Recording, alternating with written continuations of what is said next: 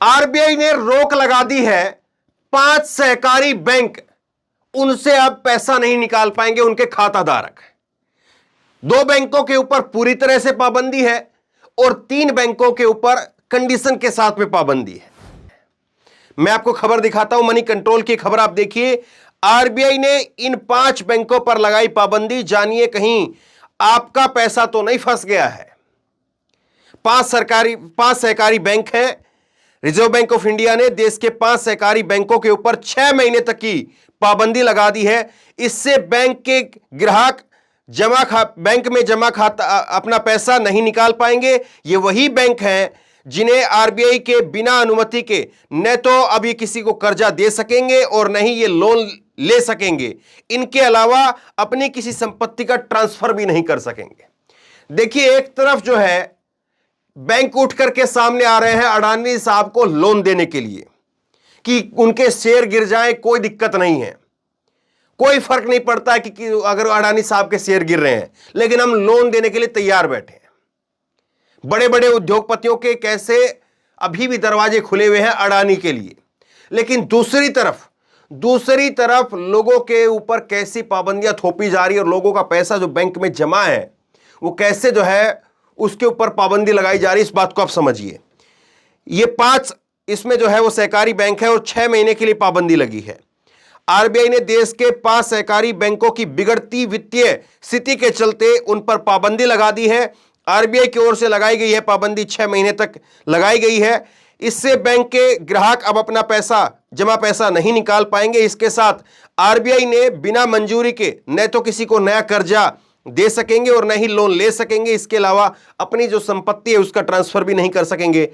RBI ने 5 में से 3 बैंकों पर आंशिक पाबंदी लगाई है, जबकि 2 अन्य बैंकों के ऊपर पूरी तरह से पाबंदी लगा दी है। यह पाबंदी जो लगी है, ये वित्तीय जो स्थिति थी उनकी, जो उनका लेन देन था, वो गड़बड़ हो गया पूरा का पूरा गड़बड़ हो गया है। और इसीलिए जो है वो आरबीआई को मजबूरी के अंदर ही सही, लेकिन ये रोक लगानी पड़ी है। अब सोचिए जरा, किस तरह से यही सवाल उठा था कि एसबीआई एक डूबते हुए, जो अडानी उसका पैसा लगातार डूब रहा था, कैसे उसके अंदर अपना पैसा लगा रहा था, देश का इतना बड़ा बैंक। और इसीलिए कहीं ना कहीं फिर कनेक्शन निकल करके सामने आता है कि कैसे फला बैंक ने जो है वो फला उद्योगपति को कर्जा दिया, लेकिन वो कर्जा वापस नहीं आया। फला बैंक ने फला इतने उद्योगपतियों को इतना कर्जा दिया, वो पैसा वापस नहीं आया और बैंक घाटे में चला गया। मैं आपको बताऊंगा कि कौन कौन से बैंक है और किस तरह से इन बैंकों के अंदर जिन लोगों के खाते हैं अब उनसे कितना पैसा निकाल पाएंगे, कितना पैसा नहीं निकाल पाएंगे। लेकिन जरा सोचिए कि कैसे देश के अंदर जो है चीज चल रही है और कैसे आम आदमी का पैसा जो है वो अगर घर में रखता है तो वो कितना सुरक्षित है और बैंक में रखता है तब कितना सुरक्षित है। आगे देखिए आप खबर के अंदर कौन कौन से बैंक है जिस पर यह रोक लगी है। आरबीआई, भारतीय रिजर्व बैंक ने जिन 5 सहकारी बैंकों पर पाबंदी लगाई है उनमें से एचसीबीएल कोऑपरेटिव बैंक लखनऊ, ये लखनऊ का बैंक है। आदर्श महिला नगरी सहकारी बैंक मर्यादित औरंगाबाद, ये औरंगाबाद का बैंक है। सिमिसा सहकारी बैंक नियमिथा मैदूर कर्नाटका का बैंक है ये। और उसके बाद में ओरवकोंडा कोऑपरेटिव टाउन को बैंक आंध्र प्रदेश, ये आंध्र प्रदेश का बैंक है। और उसके साथ में शंकर राव मोहित पाटिल सरकारी बैंक महाराष्ट्र। तो ये 5 सरकारी बैंक हैं जिन बैंकों के अंदर जो है वो लोगों का पैसा था। अब उनमें से 2 बैंकों के ऊपर पूरी तरह से पाबंदी लग गई है, 3 पर जो है शर्तों के साथ में पाबंदी है। हालांकि ओरावकोंडा को कोऑपरेटिव टाउन बैंक और शंकर राव मोहित पाटिले सहकारी बैंक के ग्राहक 5,000 रुपए तक निकाल सकते हैं, जबकि एचसीबीएल सहकारी बैंक लखनऊ और आदर्श महिला नगरी सहकारी बैंक मर्यादित औरंगाबाद, सिमसा सहकारी बैंक नियमिथा मदूर के ग्राहक लिक्विडिटी के कमी के चलते पैसा नहीं निकाल सकते हैं। तो 3 बैंक ऐसे हैं जिनके पैसा नहीं निकल पाएंगे। तो यह हालत है। अब देखिए आगे इसमें खबर में लिखा है कि भारतीय रिजर्व बैंक ने कहा है कि सभी 5 सहकारी बैंकों के पात्र जमाकर्ता बीमा और क्रेडिट कार्ड गारंटी लोन निगम से 5 लाख रुपए तक जमा बीमा राशि हासिल करने के हकदार होंगे। आरबीआई के इस कदम का मकसद है जमाकर्ता के हितों की रक्षा करना, इसके साथ ही वित्तीय सिस्टम में सुधार करना। दरअसल ये कई सारे बैंकों के साथ में ये हो चुका है और फिर आरबीआई जो है वो रोक लगाता है। आरबीआई रोक लगा करके फिर उसके जांच पड़ताल होती है कि ये बैंक का जो है वो वित्तीय जो हिसाब किताब है वो कैसे गड़बड़ है। वित्तीय हिसाब किताब का मतलब ये होता है कि बैंक ने पैसा बाहर ज्यादा दे दिया है और बैंक के पास जो पैसा जमा हुआ है वो कम पैसा जमा हुआ है। आसान भाषा में अगर आप इसको समझेंगे तो इस तरह से है। और इसीलिए जो है फिर उसको आरबीआई को आखिरकार उस पर रोक लगानी पड़ती है।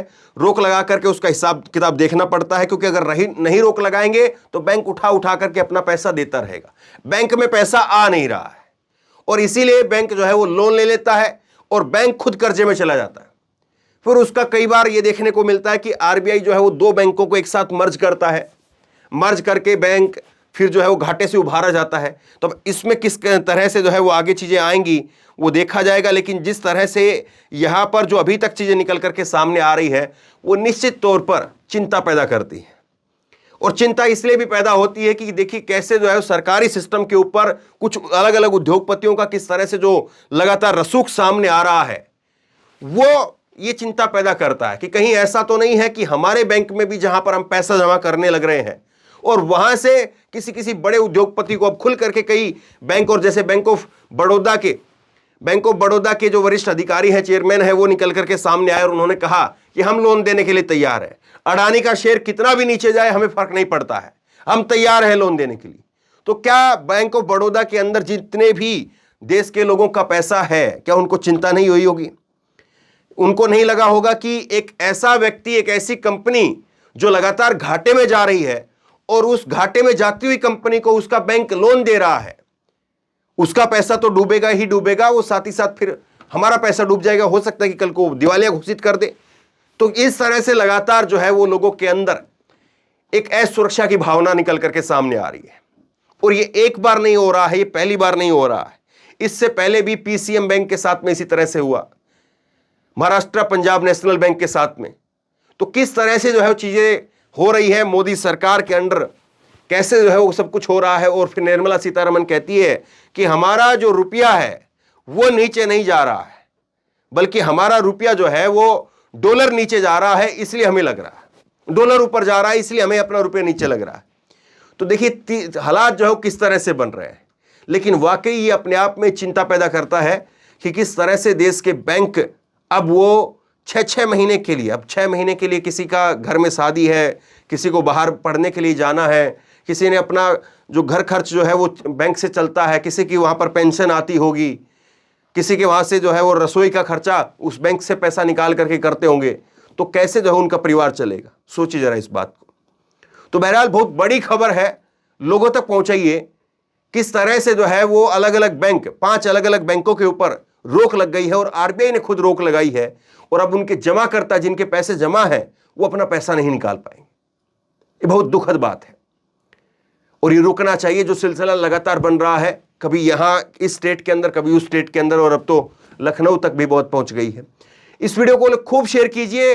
और आप क्या सोचते हैं जिस तरह से आरबीआई ने यहां पर रोक लगाई है? नीचे कमेंट बॉक्स में अपनी राय जरूर दें। इस वीडियो को खूब शेयर करें और इसी तरह तमाम खबरों के लिए ऑनलाइन न्यूज इंडिया को सब्सक्राइब करें। साथ में जो बेल आइकन है, घंटी है, उसको जरूर दबाएं ताकि जैसे कोई खबर अपलोड करें उसकी नोटिफिकेशन सीधे सबसे पहले आपको मिल सके। धन्यवाद। इस खबर को अभी लाइक करें, शेयर करें, अभी चैनल को सब्सक्राइब करें और घंटी जरूर दबाएं।